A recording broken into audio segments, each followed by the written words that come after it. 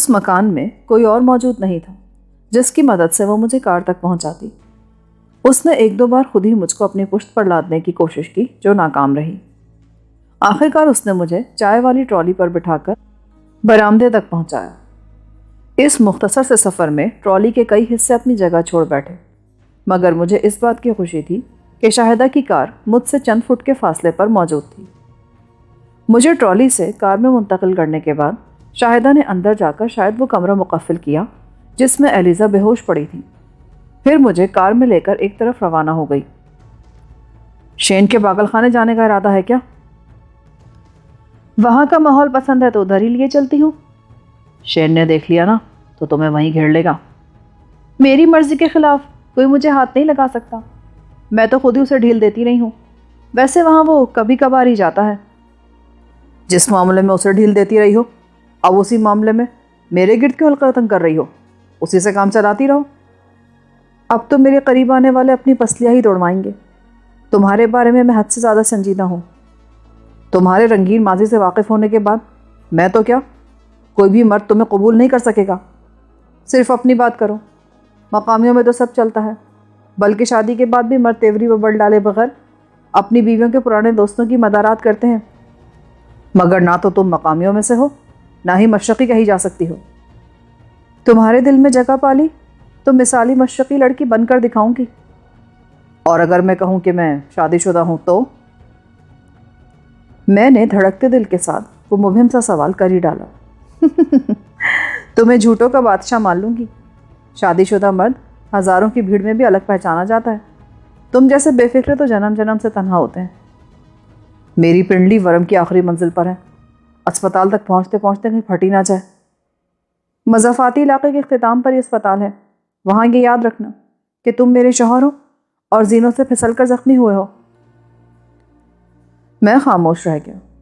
اگر اسپتال کے ریکارڈ میں مجھ کو اپنا شوہر ظاہر کر کے شاہدہ کے کسی جذبے کی تسکین ہوتی تھی تو میرا کیا بگڑتا تھا؟ اسپتال مختصر مگر صاف ستھرا اور تمام سہولتوں سے آراستہ تھا۔ وہاں فوری طور پر میری پنڈلی کے 3 ایکس-رے لیے گئے، جن کے معائنے سے پتہ چلا کہ ہڈی نہیں ٹوٹی تھی بلکہ تقریباً 3 انچ کی لمبائی میں چٹک گئی تھی۔ لہٰذا پلاسٹر چڑھانے کے بعد چند ادویات دے دی گئیں اور شاہدہ مجھے لے کر واپس چل دی۔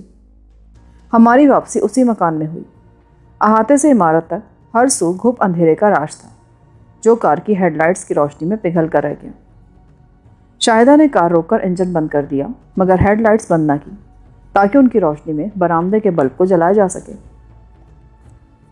میں ویران احاطے میں ان جھینگروں کو تلاش کرنے کی ناکام کوشش کرنے لگا جن کے شور سے فضا گونج رہی تھی۔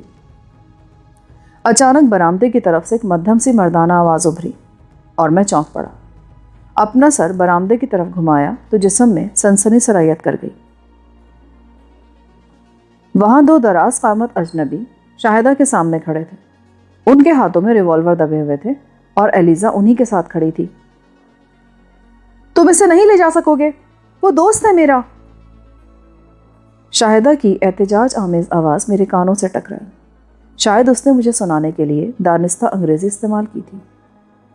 گاڑی برآمدے سے چند فٹ ہی دور تھی اور کوہر کے باوجود روشنی میں وہ چاروں انسانی حیولے صاف پہچانے جا رہے تھے، مگر میں نسبتاً اندھیرے میں تھا اور شاید ابھی تک وہ دونوں مجھے نہیں دیکھ سکے تھے۔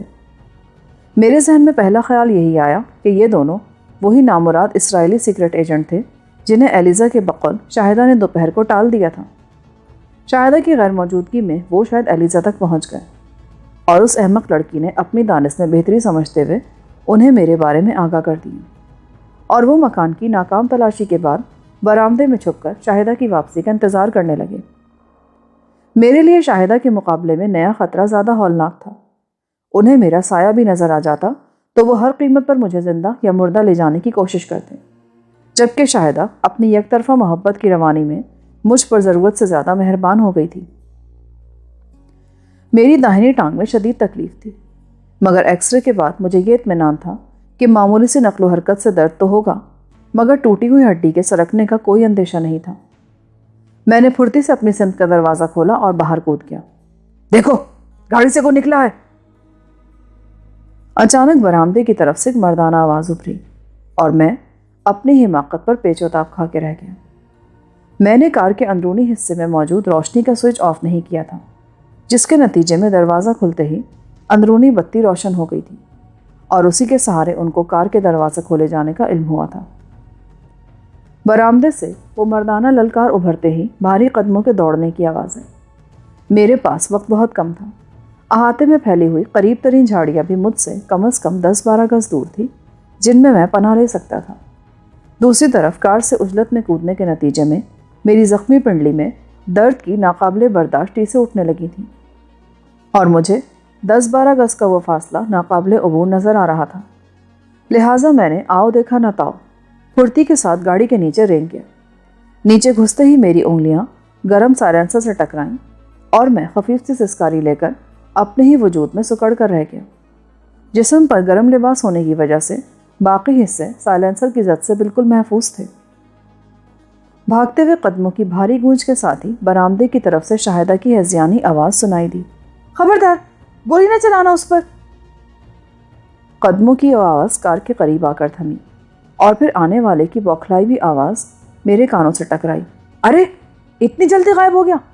پھاٹک پر پہنچو، وہ جھاڑیوں کی آڑ لے کر اسی طرف نکلنے کی کوشش کرے گا۔ برآمدے سے اس کا ساتھی غرایا۔ کار کے قریب والا فوراً ہی دوڑتا ہوا پھاٹک کی طرف چلا گیا۔ میں سانس روکے کچی زمین پر پڑا اس کے قدموں کو کوہر کی چادر میں ڈوبتے دیکھتا رہا۔ اسے پکارو، اگر اس نے خود کو ہمارے حوالے نہیں کیا تو ہم اسے دیکھتے ہی گولی مار دیں گے۔ برآمدے میں رہ جانے والا شاید شاہدہ پر غرا رہا تھا۔ اب تک تو وہ پھاٹک سے باہر بھی جا چکا ہوگا، اس کوہر میں اسے ڈھونڈنا دشوار بھی ہوگا۔ اگر وہ ہاتھ نہ آیا تو میں تمہارا حشر خراب کر دوں گا، وہ ہمارے لیے بے حد اہم ہے۔ مگر میرے ساتھ کوئی اور تھا، میں اسے شب گزاری کے لیے شراب خانے سے ساتھ لائی تھی، مگر وہ شاید تم لوگوں کے ڈر سے بھاگ نکلا۔ میرا سارا پروگرام برباد کر دیا تم لوگوں نے، بے شرم کتیاں، یہ دونوں تیرا رواں ادھیڑ کر رکھ دیں گے۔ یہ آواز واضح طور پر علیزہ کی تھی۔ ان کے آنے کا علم ہوتا تو اسے لینے شہر تک نہ جانا پڑتا۔ شاہدہ کا لہجہ ہڈیاں تک سلگا دینے کے لیے کافی تھا۔ صفدر علی کہاں ہے؟ پتہ نہیں، میں اسے لڑکی کے ساتھ یہیں بند کر کے گئی تھی۔ کمرہ مقفل تھا اور لڑکی دروازہ پیٹ رہی تھی، وہ اندر نہیں تھا۔ تو پھر میں کیا بتاؤں؟ پوچھے سی ہر آفا سے، نگل گئی ہوگی اس کو، ہر وقت اسی کا دم بھرتی رہتی تھی۔ میری کار کی ہیڈ لائٹس آف کر دو ورنہ بیٹری ڈاؤن ہو جائے گی۔ چند لمحوں کے بعد پھر شاہدہ کی آواز سنائی دی، اگر وہ کوئی آوارہ گردی تھا تو تمہارے ساتھ کار سے کیوں نہیں اترا؟ وہ نشے میں تھا اور اندھیرے سے ڈر رہا تھا۔ اگر تم… مرد کی آواز ایک دبی دبی چیخ میں بدل کر معدوم ہو گئی۔ یہی وہ لمحہ تھا جس کا میں کئی منٹ سے منتظر تھا۔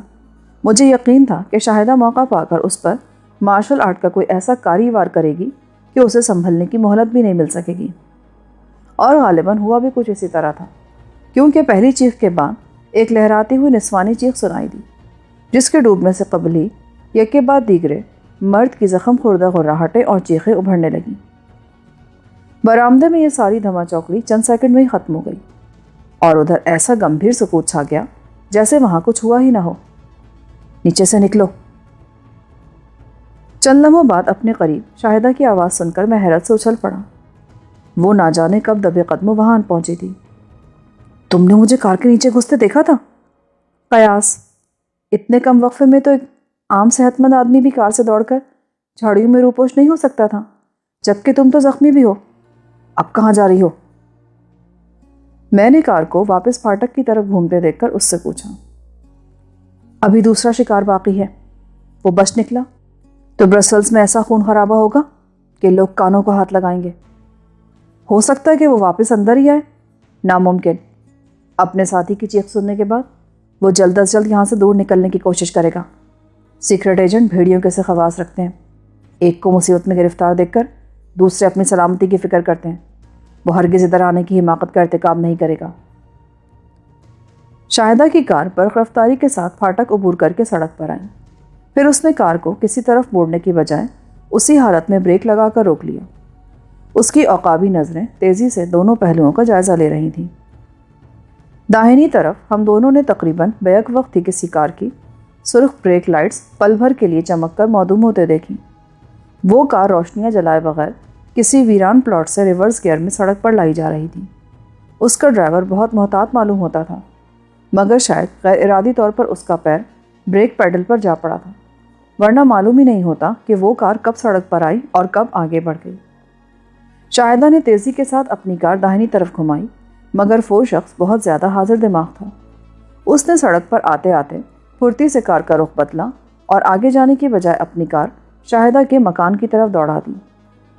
شاہدہ نے بے تحاشا گالیاں دیتے ہوئے پوری قوت سے بریک لگائے اور یو ٹرن لے کر واپس ہوئی، مگر اس اثنا میں وہ کار بہت دور نکل چکی تھی۔ بھاگنے والے نے گہری دھند کے باوجود کار کی بتیاں نہ جلا کر بھیانک خطرہ مول لیا تھا۔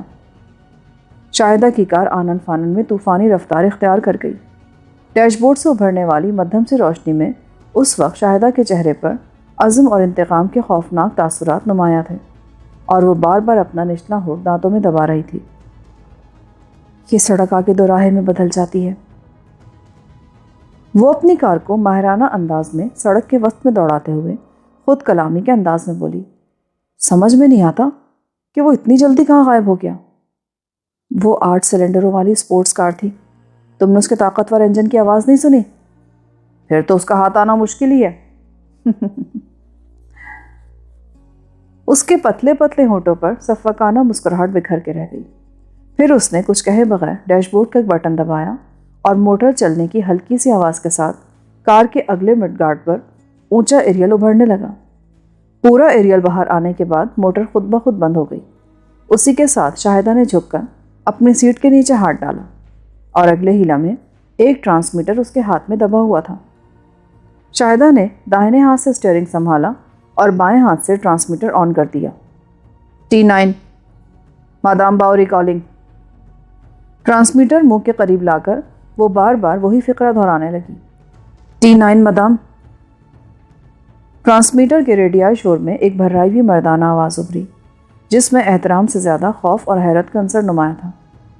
شمالی اشارہ سے سرمئی رنگ کی ایک بڑی سپورٹس کار شہر کی طرف آ رہی ہے۔ اس میں بظاہر صرف ایک آدمی موجود ہے۔ یہ اشارہ وسط میں 2 حصوں میں تقسیم ہو جاتی ہے۔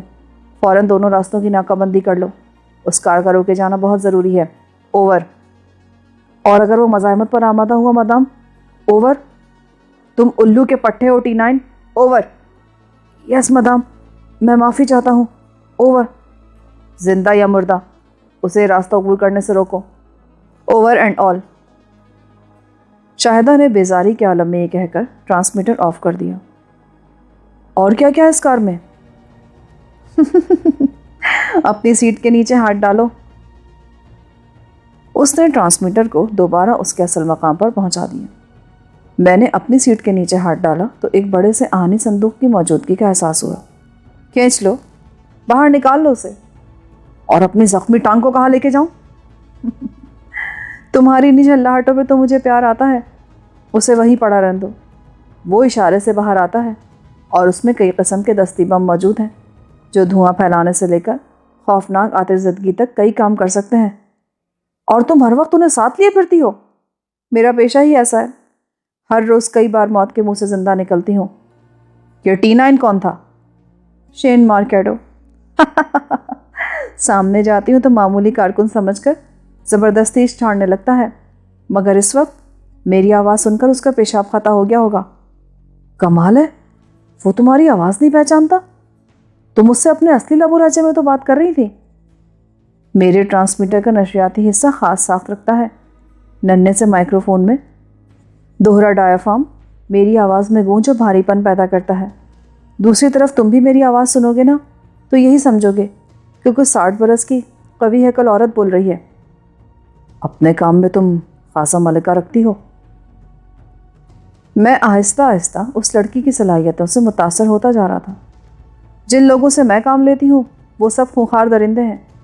میں بھگوڑے اسرائیلی ایجنٹ کو صرف اسی وجہ سے ختم کرنا چاہتی ہوں کہ کہیں ایلیزا نے اسے میرے اصل روپ سے باخبر نہ کر دیا ہو۔ تو کیا ایلیزا؟ ہاں، وہ بھی اپنی ماں کے پاس جا چکی ہے اور محض تمہاری حماقت کی وجہ سے وہ موت کے گھاٹ اتاری گئی ہے۔ ایلیزا کی موت کی خبر سن کر میرے دل کو شدید دھچکا لگا۔ وہ اچھی لڑکی تھی، تم نے اسے مار کر بہت برا کیا شاہدہ۔ اس کی موت میں میرا کوئی دخل نہیں تھا، تم ہی نے بتایا تھا اسے کہ میں اس کی ماں کی نمبر 2 ہوں؟ مادام باوری کی اصلیت جان لینا بجائے خود ہلاکت کی نشانی ہے۔ پھر میرے بارے میں کیا خیال ہے؟ تمہیں تمہیں تو سسکا سسکا کر ماروں گی۔ شاہدہ کی کار تیز رفتاری سے ایونیو لوئس نامی اس مضافاتی شاہراہ پر بڑھتی رہی۔ راستے میں وہ دوراہا بھی ملا جس کا شاہدہ نے ذکر کیا تھا، مگر وہ سیدھی بڑھتی چلی گئی۔ اور اگر وہ دوسرے راستے پر نکلا تو؟ فکر نہ کرو، ادھر سے شہر میں داخل ہو کر ہم دوسرے راستے سے دوبارہ ایونیو لوئس پر آئیں گے۔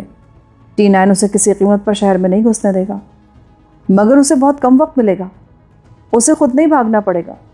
وائرلیس پر ہدایات ملتے ہی آدمی دونوں راستوں پر پہنچ گئے ہوں گے۔ شہر میں داخلے تک ہمیں وہ شاہراہ بالکل صاف اور ویران ملی۔ وہاں کہیں بھی کسی ہنگامے کے آثار نہیں تھے۔ شہر کے مختصر سے علاقے کو عبور کر کے شاہدہ نے گاڑی ایک طرف گھمائی۔ اب ہم دوبارہ لوئس ایونیو کی طرف جا رہے ہیں۔ وہ یقیناً اسی راستے پر گھیرا گیا ہوگا، اور اگر وہ بچ نکلنے میں کامیاب ہو گیا تو ہر اس عمارت کو کھنڈر میں تبدیل کر دیا جائے گا جہاں اس کے پناہ لینے کا خفیف سا امکان بھی موجود ہو۔ شاہدہ کا لہجہ سخت اور بے رحمانہ تھا۔ پھر اس کوہر آلو دھندلکے میں کافی دور سے شعلے نظر آنے لگے۔ ایونیو لوئس سے آنے والی اس زیریں شاہراہ پر یقیناً کوئی بڑا ہنگامہ جنم لے چکا تھا۔ دیکھ لیا؟ شاید تمہارے آدمیوں نے کار کو اڑا دیا۔ شاہدہ کے وسائل جوں جوں سامنے آتے جا رہے تھے، میں اپنے مستقبل کی طرف سے زیادہ فکر مند ہوتا جا رہا تھا۔ وہ مجھے خود بتا چکی تھی کہ اس کی اصلیت سے واقف ہو جانے والوں میں سے میرے سوا کوئی زندہ نہیں بچا تھا، اور وہ اپنی ذات کا میرے سامنے بھرپور اظہار کرتی جا رہی تھی، جس کا مطلب تھا کہ وہ میرے بارے میں کوئی اٹل فیصلہ کر چکی تھی۔ شاہدہ کی کار چند ہی منٹ میں جلتی ہوئی کار تک پہنچ گئی، اور پھر بے اختیار اس کے حلق سے ایک وحشیانہ غراہٹ آزاد ہو گئی۔ شاہدہ کا اضطراری رد عمل سامنے آتے ہی مجھ پر ساری صورتحال روز روشن کی طرح عیاں ہو گئی۔ اسرائیلی سیکرٹ ایجنٹ جس کار میں فرار ہوا وہ 8 سلنڈرز والی سرمئی رنگ کی بڑی سپورٹس کار تھی، جبکہ شعلوں میں گھری ہوئی گاڑی سفید رنگ کی ڈیلکس سلون کار تھی، جو میں پہلے شین مارکیڈو کے تصرف میں دیکھ چکا تھا۔ شاہدہ اپنی کار کا انجن بند کر کے برق رفتاری سے سفید کار کے جلتے ہوئے ڈھانچے کی طرف لپکی اور خود کو شعلوں کی زد سے بچاتے ہوئے کار کے اندرونی حصے کا جائزہ لینے لگی۔ اس کی بےتابی سے ظاہر ہو رہا تھا کہ وہ شین مارکیڈو کی سلامتی کے بارے میں بہت زیادہ فکر مند تھی۔ جلتی ہوئی کار کے اندرونی حصے کا جائزہ لے کر وہ تیر کی طرح اپنی کار میں واپس آئی اور فوراً ہی انجن اسٹارٹ کر کے شہر کی طرف واپس روانہ ہوتے ہوئے بولی، سخت چوٹ ہو گئی، یہاں کوئی بہت بڑا ہنگامہ ہوا ہے۔ جلتی ہوئی کار تو شین کی ہے نا؟ ہاں، کار اسی کی ہے، مگر خالی پڑی ہے، شاید وہ بر وقت باہر نکلنے میں کامیاب ہو گیا۔ حادثہ تازہ ہی معلوم ہو رہا تھا۔ پھر شین اور اس کے ساتھی کہاں غائب ہو گئے؟ وہ لوگ یہاں کئی گاڑیوں میں اپنے شکار کے منتظر ہوں گے، اور شاید شین انہی کے ساتھ شکار کے تعاقب میں بھاگا ہوگا۔ وہ اکیلا اتنے آدمیوں کو کیسے چوٹ دے گیا؟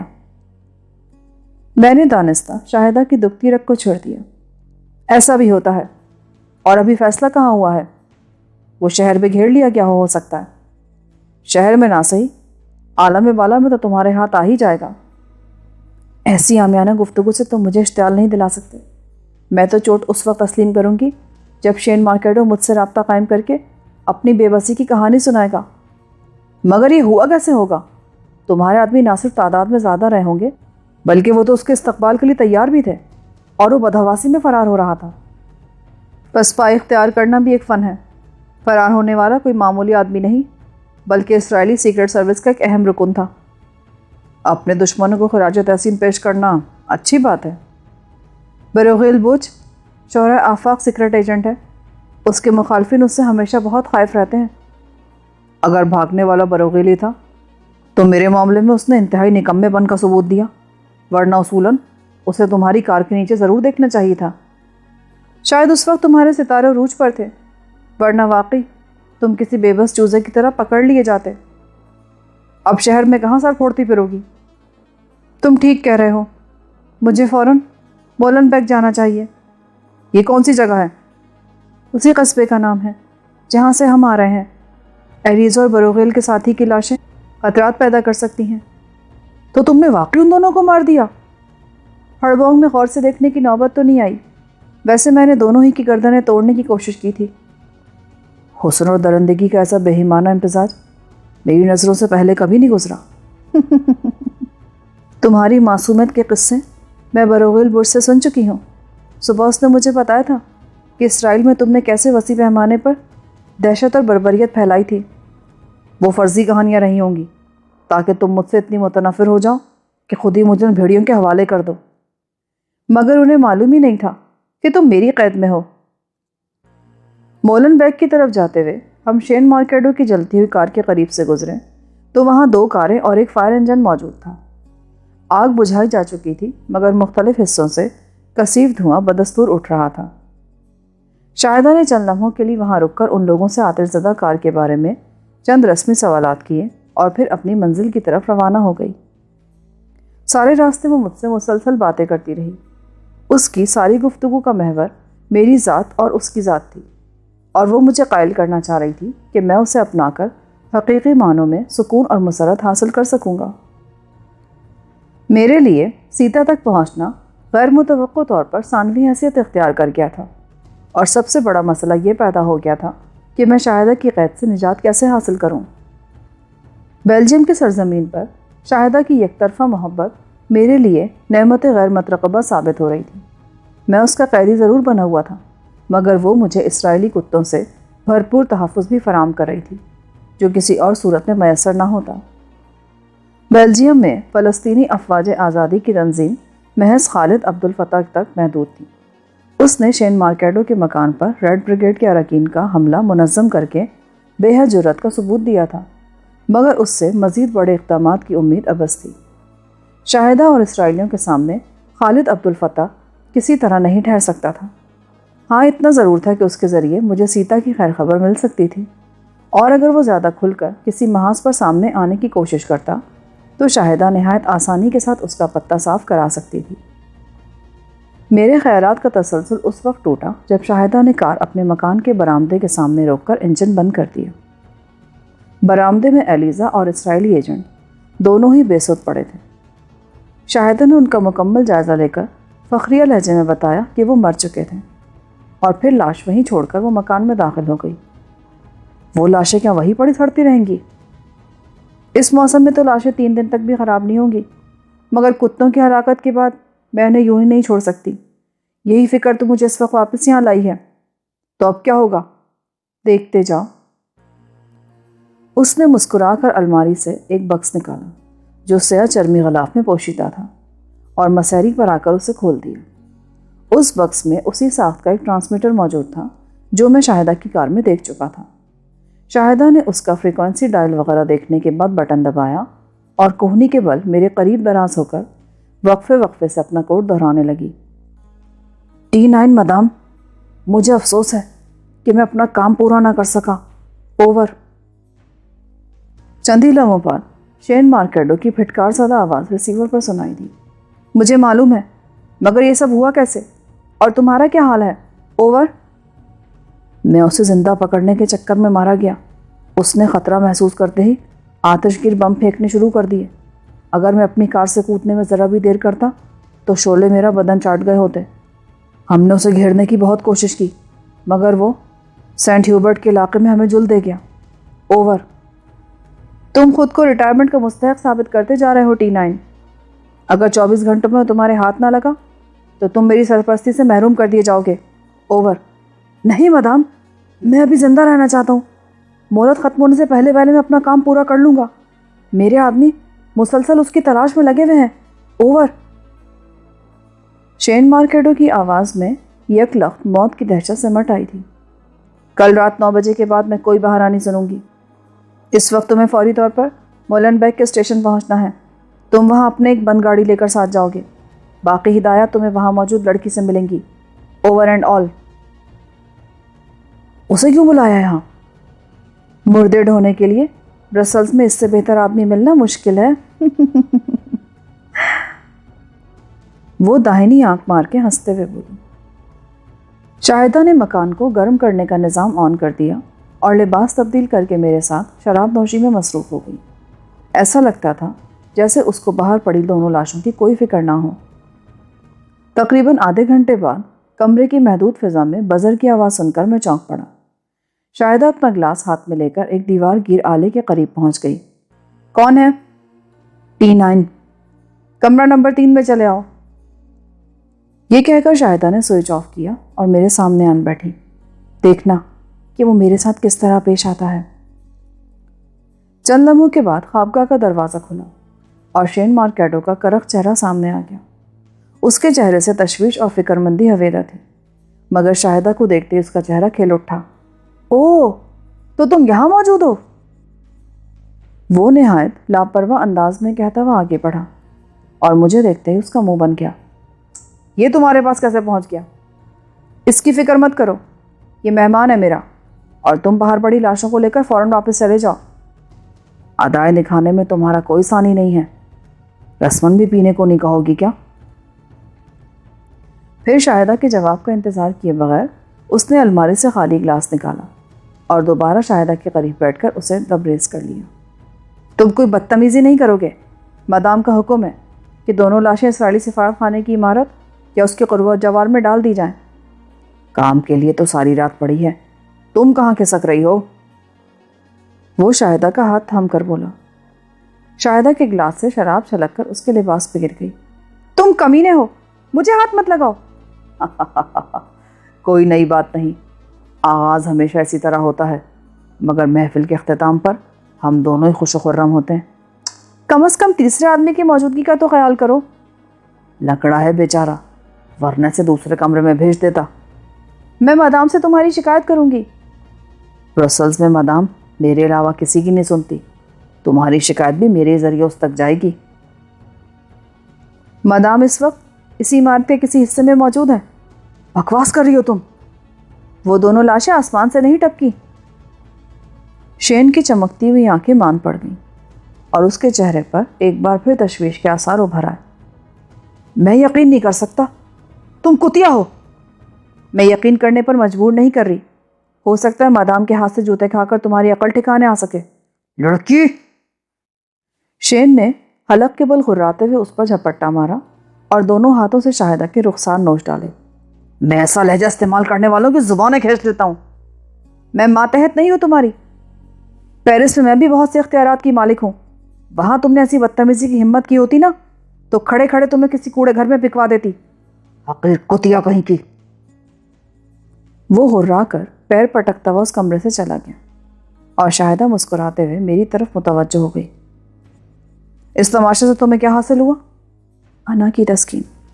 میں چاہتی تو 2-4 ہاتھ دکھا کر اسے قالین چاٹنے پر مجبور کر سکتی تھی، مگر اپنے ماتحتوں کے سامنے میں کمزور و بے بس لڑکی بنے رہنے میں ہی خوشی محسوس کرتی ہوں۔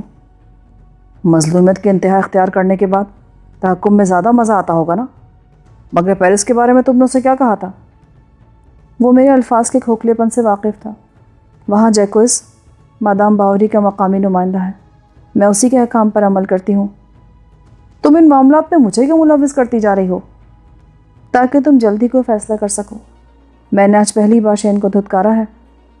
اسے دھتکارنے سے حقائق نہیں بدل جاتے، اس سے پہلے وہ شرمناک حد تک تم پر حاوی رہا ہے۔